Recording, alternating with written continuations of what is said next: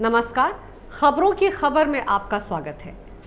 राजस्थान में कांग्रेस पार्टी की सरकार पर मुसीबत क्या पड़ी, कांग्रेस के अंदर टूट क्या पड़ी, असर दिल्ली में नजर आने लगा। लुटियन में कई लोगों ने तो चूड़ियां फोड़ना शुरू कर दिया है। बड़ी ही हाय तौबा मची हुई है। लिबरल और सेकुलर गैंग में ये पूरी बिरादरी तो सदमे में ही चली गई है। सदमा भी ऐसा वैसा नहीं, खान मार्केट गैंग और लुटियन गैंग के सियार तो दौड़े दौड़े फिर रहे हैं। हुआ करते हुए ट्विटर और सोशल मीडिया पर रुदाली बने रोना रो रहे हैं। बेचारे करें भी तो क्या।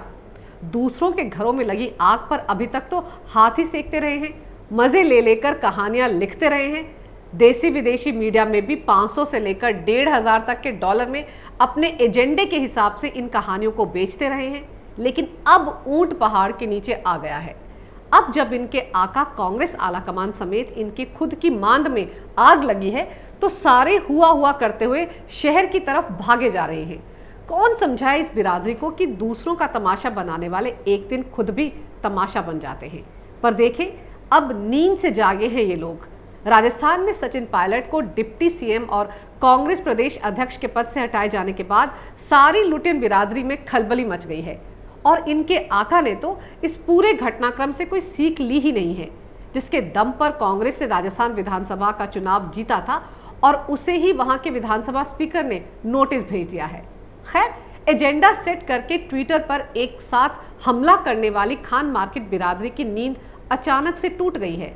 देखिए कैसे अब तक सोनिया गांधी और राहुल गांधी और प्रियंका वाड्रा की हाँ में हाँ मिलाने वाले, उनकी शान में कसीदे पढ़ने वाले इस खान मार्केट गैंग के तो अब सुर ही बदल गए हैं।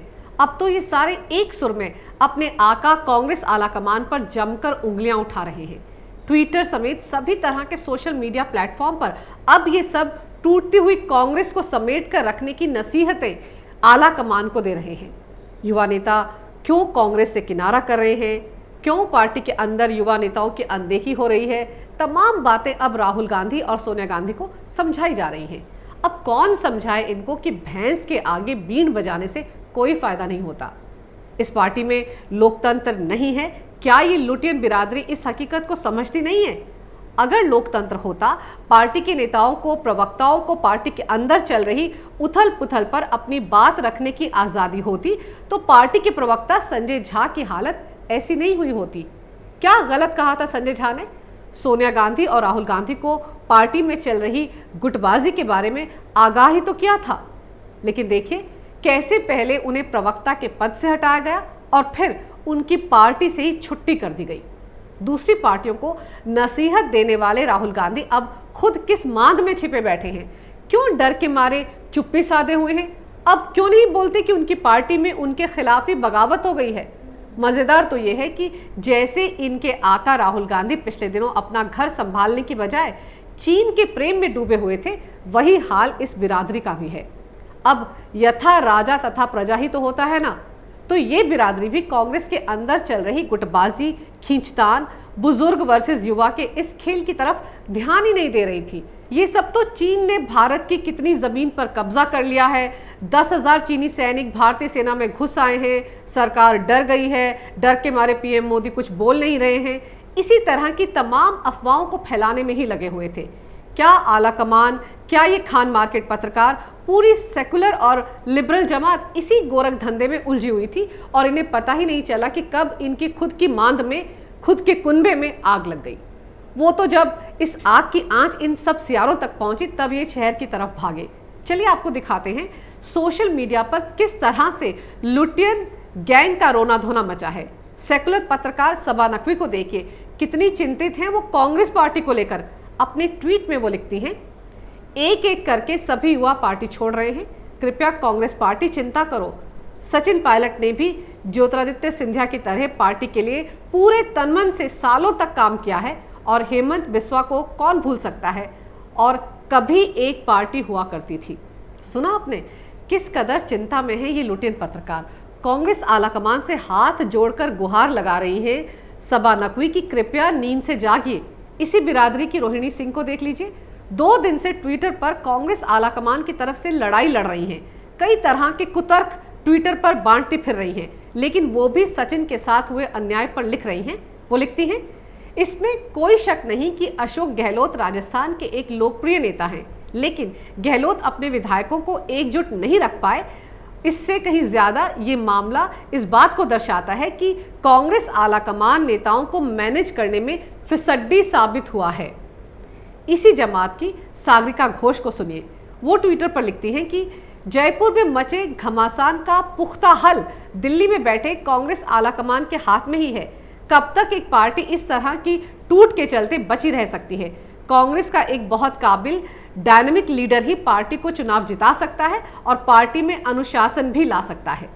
स्वाति चतुर्वेदी को देखिए, वो लिखती हैं, हेमंत बिस्वा, ज्योतिरादित्य सिंधिया, सचिन पायलट, मैं जानती हूँ एक और युवा कांग्रेसी नेता पार्टी छोड़ने को तैयार है। कांग्रेस को तो सिर्फ 70 की उम्र के बूढ़े बिना साख वाले लोग ही पसंद हैं। तो हमेशा कांग्रेस की चमचागिरी में लगा ये तबका भी अब खुलकर कांग्रेस आलाकमान की नीतियों पर सोशल मीडिया में हमला बोल रहा है। दरअसल राजस्थान कांग्रेस में मचा घमासान शांत होता नजर नहीं आ रहा है। बगावत हो चुकी है, अब उसे कितनी देर तक कोई दबा कर रख सकता है, यही सबसे बड़ी चुनौती है। किसी भी तरीके से अशोक गहलोत अपनी कुर्सी बचाने की कवायद में लगे हुए हैं, लेकिन हर कोई जानता है भले ही आज वो अपनी कुर्सी बचा ले, लेकिन युवा नेता सचिन पायलट आज नहीं तो कल उनकी गद्दी को ग्रहण लगा ही देंगे।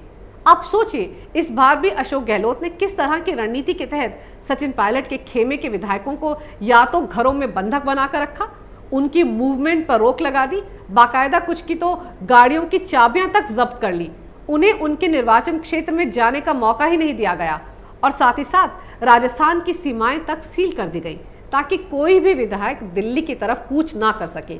ये सब कुछ गहलोत ने डर के मारे अपनी कुर्सी बचाने के लिए ही किया। सचिन पायलट पिछले एक हफ्ते से दिल्ली में डेरा डाले हुए थे। भले ही वो 30 से ज्यादा विधायक अभी ना जुटा पाए हों, लेकिन कांग्रेस के खेमे के अंदर भी जो अभी गहलोत के साथ नजर आ रहे हैं, वो विधायक भी कहीं ना कहीं सचिन पायलट के साथ ही हैं।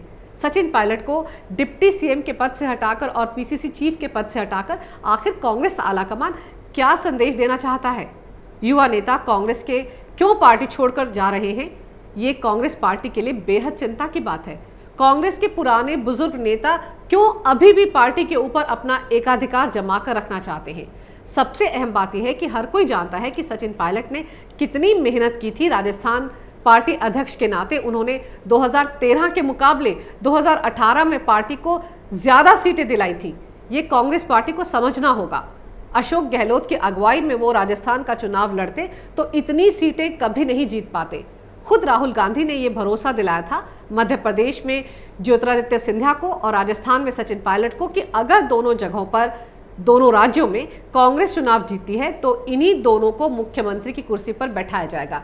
ये वादा खुद राहुल गांधी ने किया था, लेकिन देखिए चुनाव के बाद क्या हुआ। राहुल वादा भूल गए और सोनिया गांधी के चहेतों को, यानी कि पार्टी के बुजुर्ग नेताओं को मध्य प्रदेश और राजस्थान दोनों जगहों पर मुख्यमंत्री की कुर्सी तोहफे में दे दी गई। नाइंसाफी ज्योतिरादित्य सिंधिया तो फिर भी सह गए, लेकिन सचिन पायलट ने तो अपने हक के लिए उस वक्त भी जमकर लड़ाई की थी। तब उन्हें लोकसभा चुनाव तक के लिए चुप रहने की घुट्टी पिलाकर जैसे तैसे शांत करवा दिया गया था। और सचिन पायलट पार्टी के अंदर कितने असंतुष्ट थे, ये अगर सोनिया गांधी और राहुल गांधी को नजर ना आए तो फिर वो 125 साल पुरानी पार्टी के शीर्ष नेता कहलाने के लायक नहीं है। कोई विद्रोह अचानक हो जाए तो समझ में आता है, लेकिन जब विद्रोह की चिंगारी पिछले 2 साल से भड़क रही थी तो उसे कंट्रोल करने के लिए कांग्रेस पार्टी के आला कमान ने क्या किया? और अब तो खुद पार्टी ने अपना तमाशा बना दिया है। किसी भी बगावत को दबाकर कुचला नहीं जा सकता, बल्कि वो और भड़क जाती है। अभी तो सबकी निगाहें इस बात पर हैं कि सचिन पायलट का अगला कदम क्या होगा, क्योंकि उन्होंने अपने पत्ते नहीं खोले हैं। दरअसल कांग्रेस के अंदर कोई भी अगर सोनिया गांधी और राहुल गांधी को समझाता है या नसीहत देता है तो वो इन दोनों माँ बेटे को कतई रास नहीं आता। पार्टी के प्रवक्ता संजय झा का हाल ही देख लीजिए, क्या गलत कहा था उन्होंने। पार्टी आलाकमान को जमीनी हकीकत का आईना दिखाने की ही तो कोशिश की थी। वैसे कांग्रेस पार्टी के सारे नेता और चेले और चमचे यही कहते रहते हैं कि पार्टी के अंदर बहुत लोकतंत्र है। देखिए लोकतंत्र का आलम। जिस भी शख्स ने पार्टी के अंदर चल रही उठापटक पर सोनिया गांधी को समझाने की कोशिश की, ये बताने की कोशिश की कि पार्टी को कैसे इन हालात से निपटना चाहिए, वही दुश्मन बन गए। वो इसीलिए क्योंकि ये सब कुछ सोनिया गांधी के इशारे पर ही हो रहा है। सोनिया गांधी नहीं चाहती हैं कि कोई भी युवा नेता राहुल के सामने खड़ा हो सके, इसीलिए हर युवा नेता को चुन चुन कर पार्टी में साइडलाइन किया जा रहा है, फिर चाहे वो हेमंत बिस्वा हो, ज्योतिरादित्य सिंधिया हो या फिर सचिन पायलट हो। कांग्रेस में हर युवा नेता का हश्र यही होने वाला है। अगर आपको मेरा ये वीडियो अच्छा लगे तो कृपया इसे लाइक करें, शेयर करें और हमारे चैनल को सब्सक्राइब करना ना भूलें। देखते रहिए कैपिटल टीवी।